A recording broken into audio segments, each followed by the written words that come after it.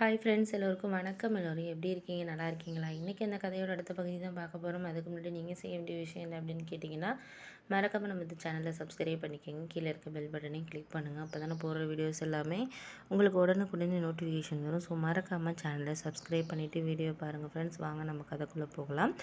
அதுக்கப்புறம் நான் என்ன யோசித்தேன் அப்படின்னு சொன்னால், சரி அக்கா இந்த மாதிரி ஒரு முடிவு எடுக்கிறதுக்கு காரணம், இனிமேல் நம்ம வீட்டுக்கே வரமாட்டேன் அப்படின்னு சொல்கிறதுக்கு காரணம், அம்மா ஏதோ பேசியிருக்காங்க. இல்லாட்டினா அக்கா எப்போதும் ஒரு 2 மாதத்துக்கு ஒரு தடவை வரும், ஒரு வாரம் தங்கும், இப்படி இருந்துகிட்டு இருந்துச்சு.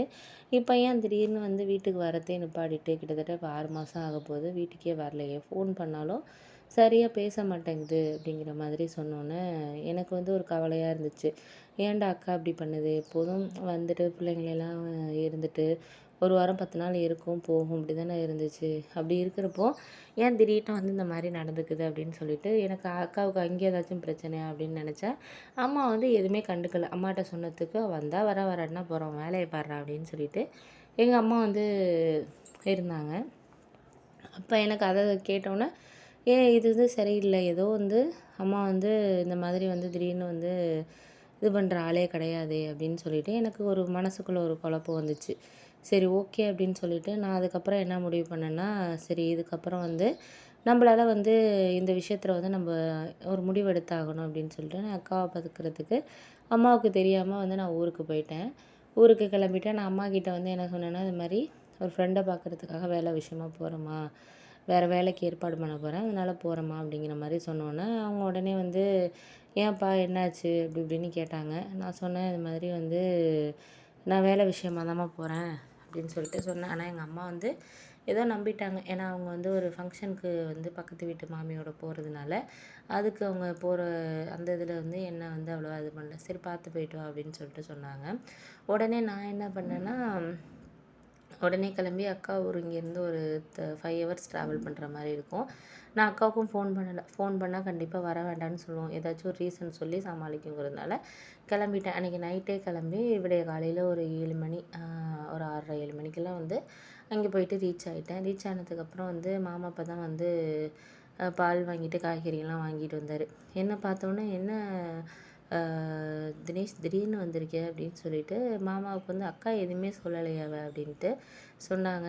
நான் வர்றது அக்காவுக்கு தெரியாது மாமா, நான் ஒரு வேலையாக இங்கே ஒரு பையனை பார்க்குறதுக்கு வந்தேன், அதனால தான் திடீர்னு கிளம்ப வேண்டியதாக இருக்குது. அக்காவுக்கெல்லாம் தெரியாது, தெரிஞ்சால் அது தேவையில்லாமல் ஏதாச்சும் சமைச்சிட்ருக்கோம் பண்ணிகிட்ருக்கோம், பிள்ளைங்கள வச்சுட்டு எதுக்கு கஷ்டம் அப்படிங்கிறனால தான் நான் எதுவுமே சொல்லலை மாமா அப்படின்னோடனே உடனே அப்போ தான் எனக்கு புரிஞ்சிச்சு. சரி ஓகே, இதுக்கப்புறம் நம்ம மாமா கிட்டேலாம் இந்த விஷயத்தை பற்றி எதுவும் கேட்க வேண்டான்ட்டு, சரி வாங்க மாமா அப்படின்னு சொல்லிட்டு அப்போ அங்கேருந்து கொஞ்சம் தூரம் பஸ் இறங்குறதுலேருந்து மாமா வந்தார். அப்புறம் பைக்கில் அழைச்சிட்டு போனார். ஒரு 10 நிமிஷம் நடக்கணும். அவர் பைக்லேயே அழைச்சிட்டு போயிட்டார். அக்காவுக்கு என்னை பார்த்தோன்னா ரொம்ப ஒரு மாதிரி சந்தோஷமும் இருக்குது, அதே நேரத்தில் அழுகையும் வருது. அதை மாமா நிற்கிறாங்க அப்படின்னு சொல்லிட்டு காட்டிக்காமல் அப்படியே வாடா வாடா அப்படின்னு சொல்லிட்டு அழைச்சிட்டு உள்ளார போணுச்சு. அப்புறம் டீ எல்லாம் போட்டு கொடுத்துட்டு சாப்பாடு செய்கிறதுக்கு அக்கா ஆரம்பிச்சிட்டு, அப்புறம் மாமா குழந்தைங்கள ஸ்கூலில் நான் விட்டுட்டு வரேன் அப்படின்னு சொல்லிட்டு ஒரு 9 மணிக்கெல்லாம் விடுறதுக்கு போயிட்டார்.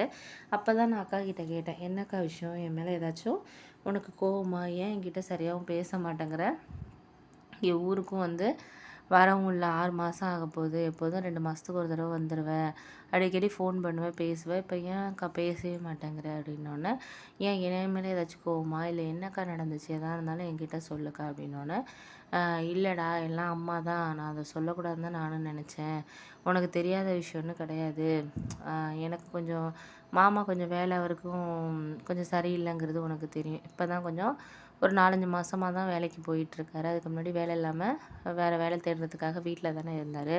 அப்போ நான் அம்மா கிட்ட கொஞ்சம் நகை இருந்தால் ஒரு பவுன் கொடுமா, நான் அடகு வச்சுட்டு செலவுக்கு சுத்தமாக காசே இல்லை, நகையும் என்னோட தான் அடகு இருக்குது, ஒரு பவுன் கொடுமா, நான் நகையை அடகு வச்சுட்டு கண்டிப்பாக உனக்கு நான் திருப்பி கொடுக்குறேம்மா அப்படிங்கிற மாதிரி சொன்னேன். சொன்னதுக்கு இல்லை, நீ எல்லாத்தையுமே இப்படி வாங்கிட்டு போயிட்டேன்னா என் பையனுக்கு நாளைக்கு வரவளுக்கு நான் என்னத்தை செய்கிறது, நீ இப்படியே மாதத்துக்கு 2 தடவை வந்துடுற அப்படி இப்படின்னு சொல்லிட்டு அம்மா மனசுக்குள்ளே இருக்கிறதெல்லாம் அன்றைக்கி தாண்டா பேசினுச்சு. எனக்கு அதை கேட்டோடனே என்னடா இது நம்ம வந்து இப்போ காசு பணம் இல்லாதனால தான் கேட்குறோம். இருந்தா அம்மாகிட்ட நான் ஏன் கேட்க போறேன்? அதுலேருந்து நான் முடிவு பண்ணேன். இங்கே இந்த பக்கம் வரவே கூடாது. வர்ற வாசி தானே அம்மாலாம் வந்து இது மாதிரி வந்து என்னையெல்லாம் இந்த மனசுக்குள்ளே வந்து நான் அடிக்கடி வர்றதையெல்லாம் வச்சு தானே அது பேசிகிட்ருக்கு.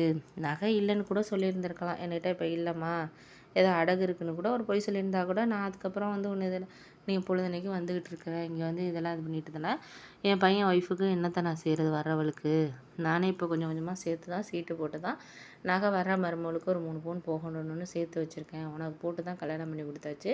திரும்ப திரும்ப ஏன் இப்படி வந்து தொந்தரவு பண்ணுற அப்படிங்கிற மாதிரி அம்மா பேசுனது. அதுக்கப்புறம் அம்மா ஒரு ஃபோனு கூட என்கிட்ட பண்ணி இது மாதிரி நான் ஊருக்குள்ளேருந்து வந்ததுக்கப்புறம் ஒன்றுமே பேசலடா. அதான் எனக்கு கொஞ்சம் மனசு கஷ்டமாக இருந்துச்சு